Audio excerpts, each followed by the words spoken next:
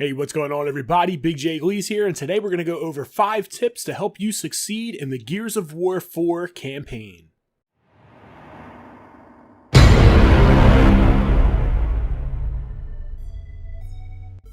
So the first thing that I would suggest, and I'm not even going to include this as a tip, but just something that you probably should do is team up with a friend and go through the campaign with them. It's going to make it a lot easier, or you can just be a G like I am and go through it by yourself.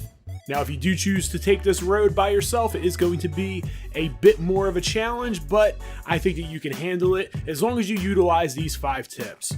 So the first tip that I'm going to give you is to use your cover. Nobody wants to be Clint Eastwood out there, wheeling and dealing, jumping around, trying to evade bullets when you got locusts in the swarm from all angles shooting at you.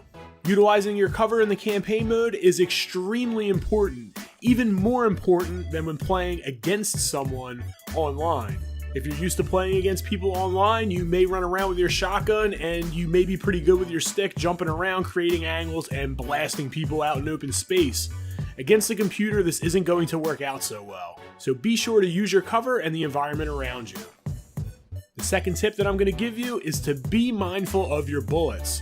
Be sure to pick up all of the drops so you don't run out of bullets. You don't want to be that guy standing around with only a pistol and, maybe some melees and a chainsaw. That's going to put you in a really bad situation. So always be mindful of the amount of bullets that you have and always pick up guns that have more bullets than you're currently carrying. For instance, if you have a Lancer that's almost out and there's a full hammer burst on the ground, drop that Lancer and pick up that hammer burst. Having ample bullets is going to lead to more success in the Gears of War campaign.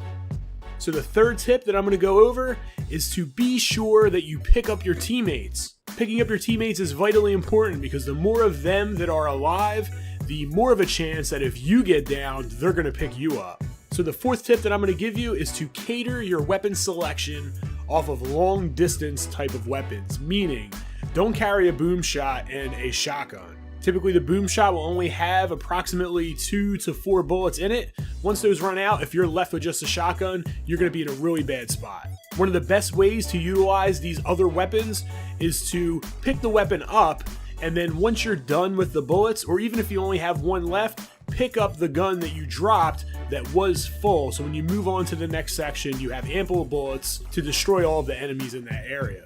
So the last tip that I'm going to give you is to utilize your melee when fighting Javies. And what those are those crazy little monsters that jump around super fast and try to run up to you and punch you in the shins. These monsters can be extremely annoying and overwhelming. When facing a herd of these monsters, break out the shotgun, aim low, and just blast away. That's going to be the best way to get rid of these scoundrels as they come and attack you in absolute herds.